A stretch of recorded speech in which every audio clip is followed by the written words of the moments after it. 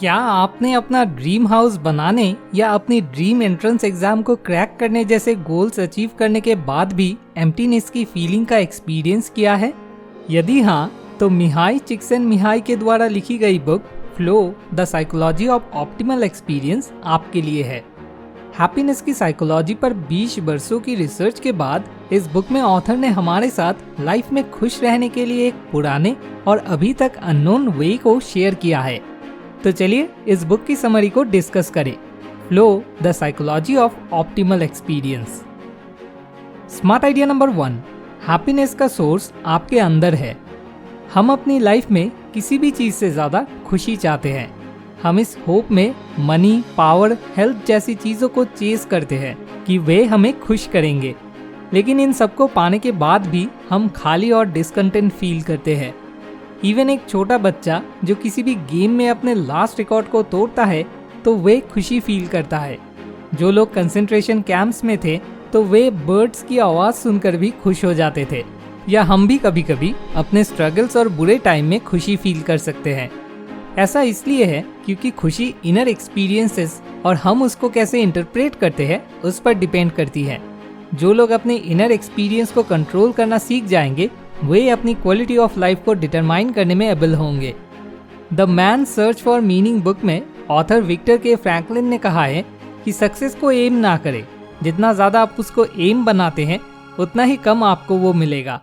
खुशी जैसी सक्सेस को फॉलो करना चाहिए, ना कि एम करना। क्या आपने कभी ऐसे लोगों को देखा है जिनके पास बहुत अधिक वेल्थ है फिर भी वे खुश नहीं है? मैंने देखा है और शायद आपने भी। एक बार उन रिच पेशेंट्स के बारे में सोचे जो रेगुलरली साइकियाट्रिस्ट के पास ट्रीटमेंट करवाते हैं। खुशी कोई ऐसी चीज नहीं है जो बाहरी इवेंट से हमारे पास आती है, ये हमेशा हमारी इनर कॉन्शियसनेस से आती है। Smart idea number 2, complete involvement flow को फील करने की है। फ्लो क्या है? फ्लो एक ऐसी सिचुएशन है जिसमें आप अपने आप को उस टास्क में खो देते हैं जो आप कर रहे हैं।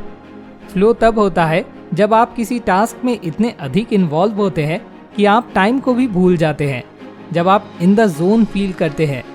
फ्लो के पीछे की साइंस कुछ इस तरह से काम करती है। हमारा नर्वस सिस्टम पर सेकंड लगभग 110 बिट से अधिक की इंफॉर्मेशन प्रोसेस करने में इनकेपेबल है, और मुझे सुनने और समझने के लिए मैं क्या कह रहा हूँ आपको पर सेकंड लगभग 60 बीट्स प्रोसेस करने की ज़रूरत है। इसीलिए आप एक टाइम पे 2 से अधिक लोगों से बात नहीं कर सकते हैं। जब आप रियली कुछ नया क्रिएट करने की कम्प्लीटली एंगेजिंग प्रोसेस में इन्वॉल्व होते हैं तो आपके पास ये ध्यान रखने के लिए भी टाइम नहीं होता है कि आपकी बॉडी कैसा फील कर रही है या आपके घर पर क्या प्रॉब्लम्स है। आप ये भी फील नहीं करते हैं कि आप भूखे हैं या थके हुए हैं। आपकी कॉन्शियसनेस से आपकी बॉडी और आपकी आइडेंटिटी गायब हो जाती है। फ्लो अचीव करने के लिए आपको 3 चीज़ें चाहिए। Number 1, realistic goals. नंबर 2, आपकी स्किल्स चैलेंज से मैच करते हों। एंड नंबर 3, उस एक्टिविटी पर पूरा फोकस। क्योंकि फ्लो तब होता है जब आपकी स्किल टास्क की डिफिकल्टी से मैच होती है। यदि टास्क बहुत डिफिकल्ट है तो आप एंग्शियस फील करेंगे और फ्लो का एक्सपीरियंस नहीं कर पाएंगे। लेकिन जब स्किल्स चैलेंज से बहुत ज़्यादा हैं तो आप बोर्ड फील करेंगे, लेकिन आप अपना ध्यान दिए बिना फ्लो को फील नहीं कर सकते। ध्यान वो है जो अवेलेबल लाखों बीट्स में से इंफॉर्मेशन के रिलेवेंट बीट्स को सिलेक्ट करता है। पूरे ध्यान के बिना आप जोन में जारी रखने के लिए ज़रूरी इंफॉर्मेशन को एब्जॉर्ब नहीं कर सकते। फॉर एग्जाम्पल, जब आप बैडमिंटन खेलना शुरू करते हैं तो आपके सामने मेन चैलेंज सिर्फ शटल को हिट करना है। जब चैलेंज और आपकी स्किल्स मिलते हैं तो आप फ्लो जोन में जाते हैं। आपको बस शटल को हिट करना अच्छा लगता है।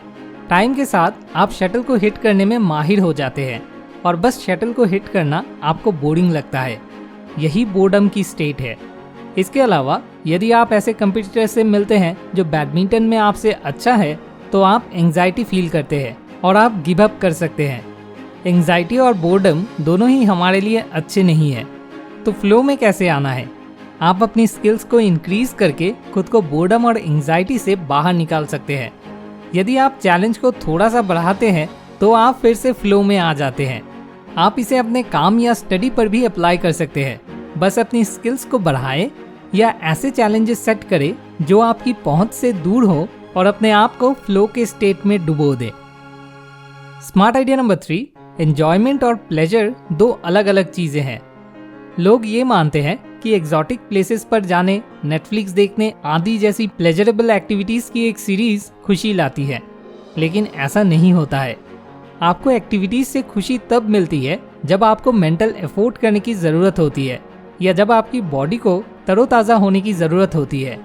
आपको सेक्स, नींद, खाना खाने या नेटफ्लिक्स देखने जैसी एक्टिविटीज से प्लेजर मिलता है, खुशी नहीं। जबकि खुशी कुछ ऐसा है कि जब आप किसी चीज में मेंटल एफर्ट डालते हैं, जैसे कि नॉवेल पढ़ना जहाँ पर 10 पेजेस के बाद ट्विस्ट आ जाता है, चेस खेलना या आपकी एक्सपेक्टेशन से अधिक कुछ हासिल कर लेना। हम अपनी लिमिटेशन से परे जाते हुए उस वक्त शायद अच्छा फील नहीं करते हैं, लेकिन बाद में हम उन एक्सपीरियंसेस को याद करके एंजॉय करते हैं। जबकि प्लेजर एक इम्पॉर्टेंट रोल प्ले करता है, लेकिन ये सीधे खुशी नहीं लाता है। जब एक बच्चा पैदा होता है तो वे एक लर्निंग मशीन की तरह काम करता है। वे सीखने और नए चेंजेस को एक्सेप्ट करने के लिए अपने ब्रेन का यूज़ करता है और इसलिए वे खुश रहता है। लेकिन जैसे जैसे हम बड़े होते हैं, हम प्लेजरेबल चीज़ों के पीछे भागते हैं और अपनी लाइफ से खुशी खो देते हैं। Smart idea number 4, flow activities के लिए फ्री टाइम का यूज़ करें। हम आमतौर पर काम में तब अच्छा फील करते हैं यदि कोई ऐसी प्रणाली हो जो हमें चैलेंजेस, फीडबैक और रिवॉर्ड्स देती हो। एक्सपेक्टेशंस को पूरा करने के लिए हम हार्ड वर्क करते हैं और हम अपनी मेंटल एनर्जी का यूज़ करके लिमिटेशंस से परे जाते हैं। लेकिन हम फ्री टाइम में क्या करना है इस बारे में कंफ्यूज हो जाते हैं।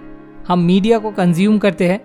इसके बजाय हमें हॉबीज या किसी भी आर्ट को सीखना चाहिए जिसको हम असल में एंजॉय कर सके। जो लोग अपने काम को एंजॉय करना सीख जाते हैं, जो अपना फ्री टाइम वेस्ट नहीं करते हैं, वे इस बात से सेटिस्फाई होकर जी पाते हैं कि उनकी लाइफ प्रोडक्टिव है। जैसे कि C.K. ब्राइटबिल ने कहा है, फ्यूचर केवल एडुकेटेड आदमी का नहीं बल्कि उस आदमी का होगा जो अपनी फ्री टाइम को वाइजली यूज करेगा। इसी के साथ हम मिहाई चिक्सन-मिहाई की लिखी गई बुक फ्लो की समरी एंड करते हैं। मुझे बताएं कि आपने इस बुक से क्या सीखा और साथ ही साथ दूसरे यूजफुल स्मार्ट आइडियाज को जानने के लिए इस बुक को वीडियो के डिस्क्रिप्शन में दिए गए लिंक से खरीद के पढ़ें। Thanks for watching. More wisdom, more solution, better life.